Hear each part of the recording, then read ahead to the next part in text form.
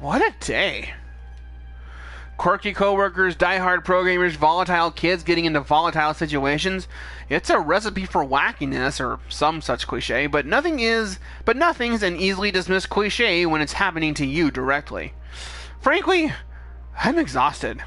I drop down into one of the cheap folding metal chairs in the break room, groaning and rolling my head back to try and work out the kinks of my sore shoulders. And I spot an upside-down kid. Oh no! Huh. Oh wait, I'm the one leaning backwards. I sit up and turn around instead. Okay, that looks better. What is the kid doing back here? Hey, I think he was hoping that I wouldn't notice him. Hi. Hi, and you are? Mikey. Oh. Alright, hi Mikey, my name is Augie. What are you doing back here? This is an area only for employees. Wait, there's a keypad. How did you get in? The guy at the desk dropped this.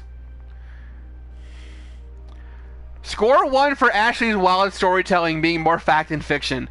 So, last time when I met Ashley in the storeroom, she started kind of going on and on and on about these different kind of scenarios, and this was one of them. So apparently it's more realistic than I thought. Okay, I'm afraid you can't stay back here, though. Well, I don't see any knives or stabbing implements in the open, so... I mean, I guess it's safe, Please but... don't send me back out there. Oh, Mikey. Oh, this is curious. I lean in so we can both be on the same eye level. What's wrong going on? You can tell me. I work here. I'm the guy who solves the problems. Problems, just don't want to go out there. Oh. You don't want to play with your friends? And he gives the most cynical, bitter laugh I've ever heard out of a kindergartner. I don't have any friends. I don't know anybody here. Hmm. My family just moved to the city, and before that we lived in another city, and one more for that, but I was too little to remember. You're talking really well for a 5-year-old, Mikey. You know that? Mom told me to come to the party anyway, and I didn't want to, but she took me anyway, and then she left because she's got to work. So he's stuck here until his mom comes back. Man. New kid in town, huh? He nods mutely. I mean, I should have busted him, but brought him back out to the party where the other parents could at least supervise him. I should have told Gavin. I should have enforced the rules of this arcade. Okay, kid, I won't tell on you. If you want to stay back here for the rest of the party, I will keep you company. You really won't tell my mom? I won't. I thought you made me want to go. You're an adult, like Mom is. I wasn't always an adult. I was a kid. Once. The new kid. You were a new kid? Oh yeah, although for me, that was back when I was 10. Again and again, moving from town to town and school to school and not making any friends. Not for years. My mom and dad kept losing jobs and taking new ones and worse ones, and they would be working all day long and be too tired when they came home to do much of anything. And after years and years of that, I stopped hoping that things would get better. I just decided I would take what I could get. That I'd just go with the flow. What does that mean? It means, like, not caring. Some things are good, some things are bad, but you don't care. You just do what you have to do without ever being sad over it. That sounds so sad. You weren't sad? It's sad to never care about anything, right? It is. I guess I was sad. I just told myself I wasn't going to be sad, even though I really was. And then I bite my tongue hard. Because my little involuntary trip down memory lane was not helping this kid out. Wouldn't have helped little Augie out if an adult did this for me. So instead I decided to be the adult that little Augie would have needed. Aliens could be attacking. That's the quirky answer. It won't always be this bad. Life has its ups and downs. Your mom loves you. That's why she works hard. But this won't beat you. You're a tough kid. You take the time you need, I'll stay with you. Your mom loves you. That's why she works hard. When I was a kid, well, I was mad at my parents for moving all the time and taking different jobs. It made things hard.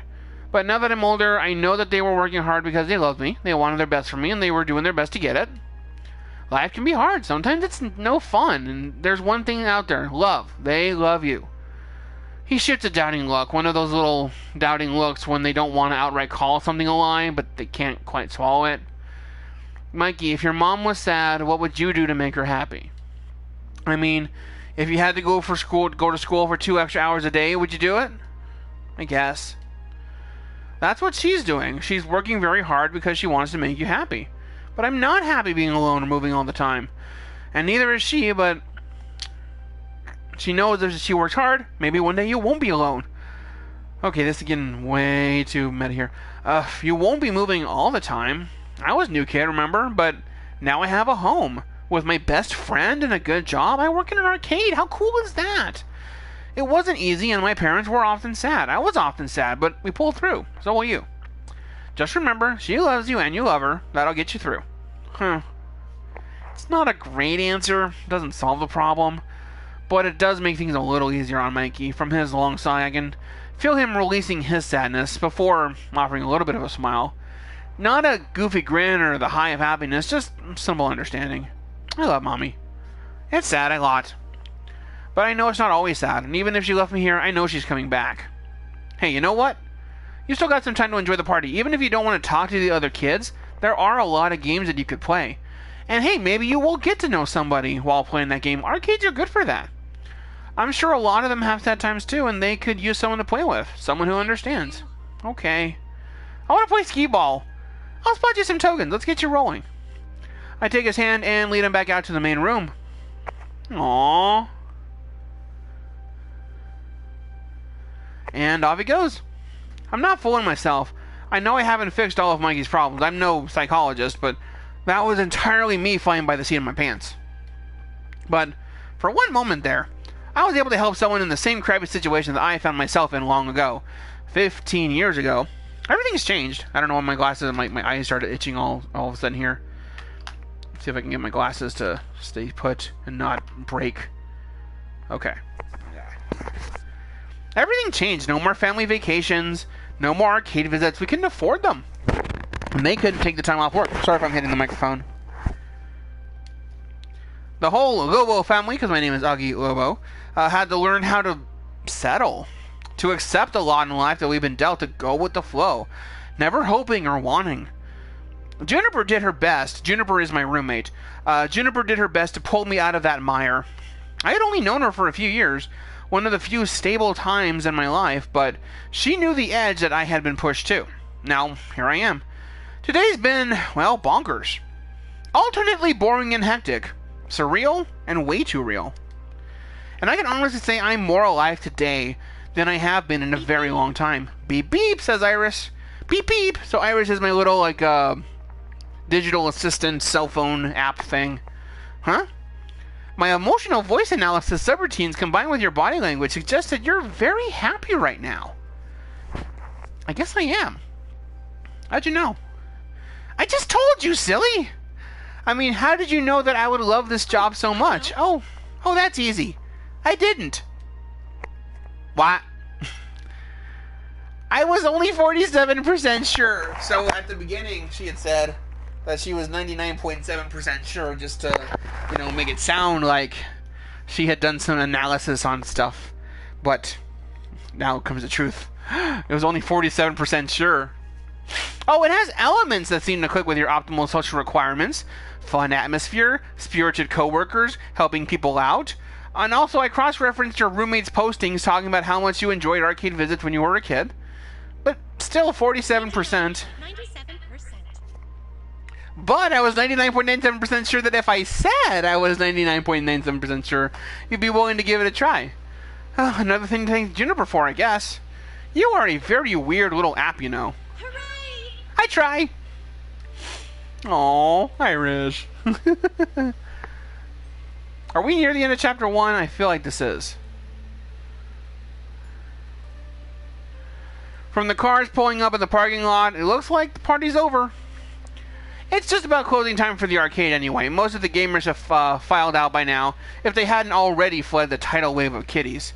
My first impulse is to go bug Gavin about paperwork, but that can wait. I'd rather go help someone with the tidying up, or maybe see how our VIP gamers are doing. Not enough time to run around and checking in with everyone, though. Who do I hang out with? Okay. I definitely want to...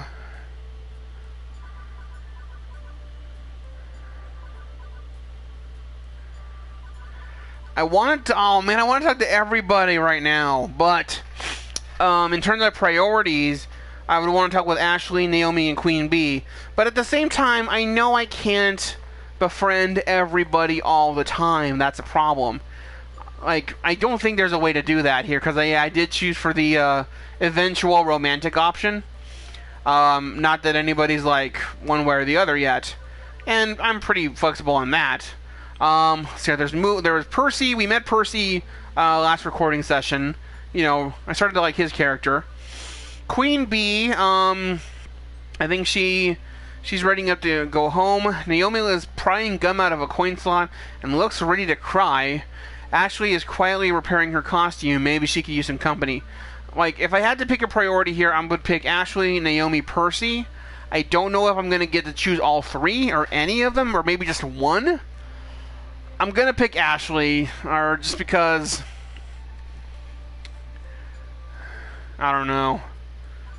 I'm just going to pick Ashley here. Ashley's pulling up a chair next to the ticket counter and sewing fervently. Feverently? I wander my way over to the prize corner to see if there's anything I can do. Need any help with Pinky? Oh, hi! Oh gosh, that's really nice of you, Augie. And I realize that this is the first time that I've seen her outside of her flamingo costume. Apparently she is not a half flamingo, half human hybrid. Of course I'm not a half bird mutant creature. What? How did you... Oh, did I not tell you? I'm a cosplayer / arcade worker by day, and a psychic detective by night. I solve all matters of grisly crimes with my ability to read people's minds. Even now, I am looking into your deepest thoughts. But all of my deep thoughts are of cats. No, I'm not going to think of nothing. All of my deep thoughts are of cats. Oh, this is bad. The first thing that popped into my mind was that video about 10 kittens playing inside a castle made of boxes. Oh, so cute. All the cats are cute. I just want to squish them. Well, so what if Ashley knows about my love of cats? Alright, you got me. I'm a cataholic. Ashley's laughter echoed throughout the quiet arcade. I'm just messing with ya. But in my defense, the quizzical look all over your face told me everything that I needed to know. It's always weird seeing people out of their costumes. Whoa. I've done the same thing with other cosplayers. I couldn't recognize them outside of their wings or makeup.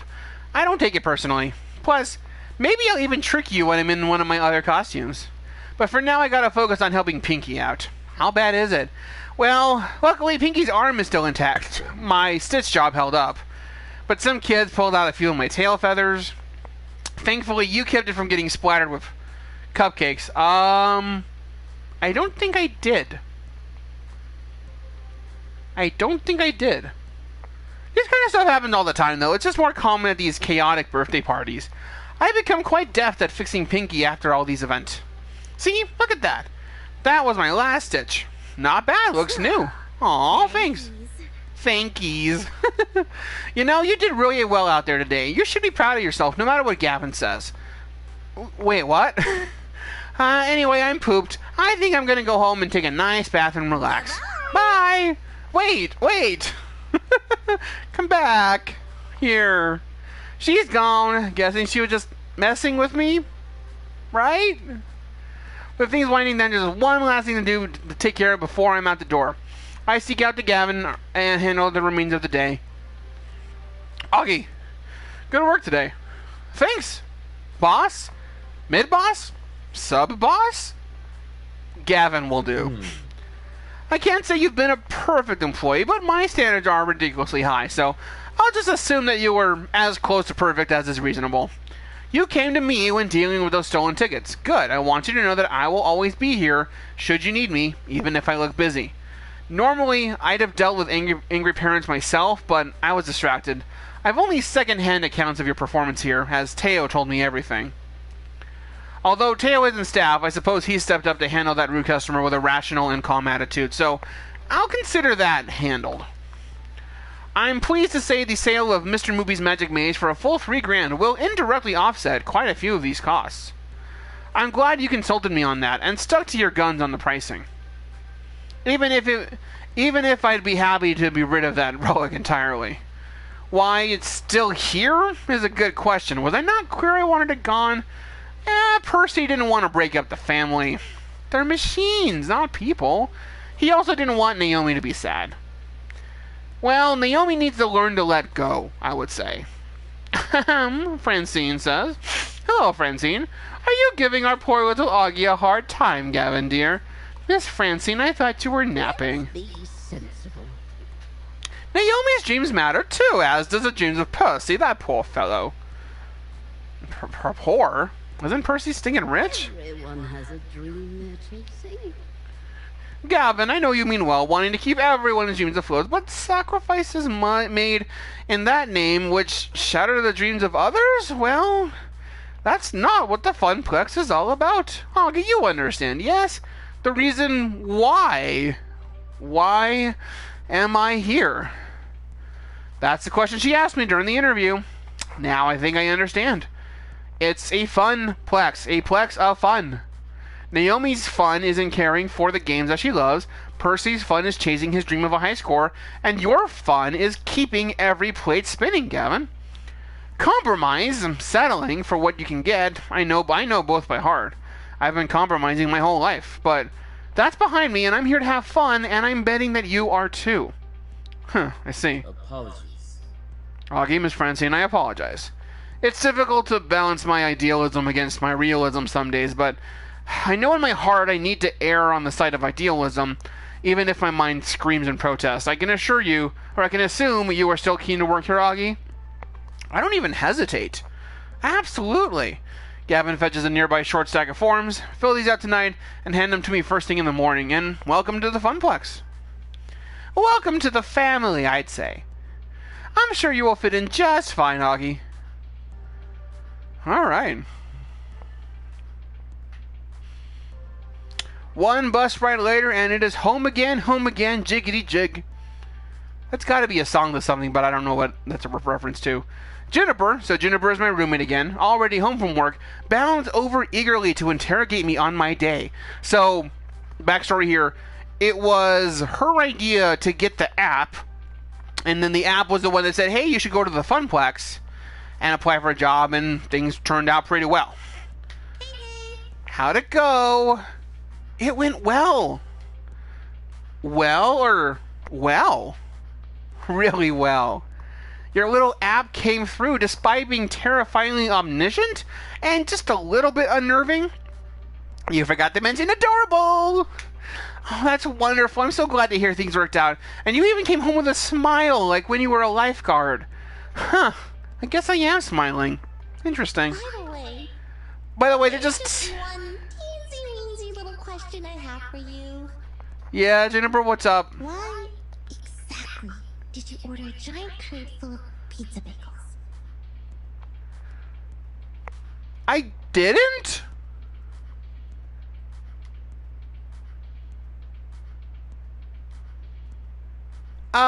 Did I neglect to mention that part of the terms and conditions?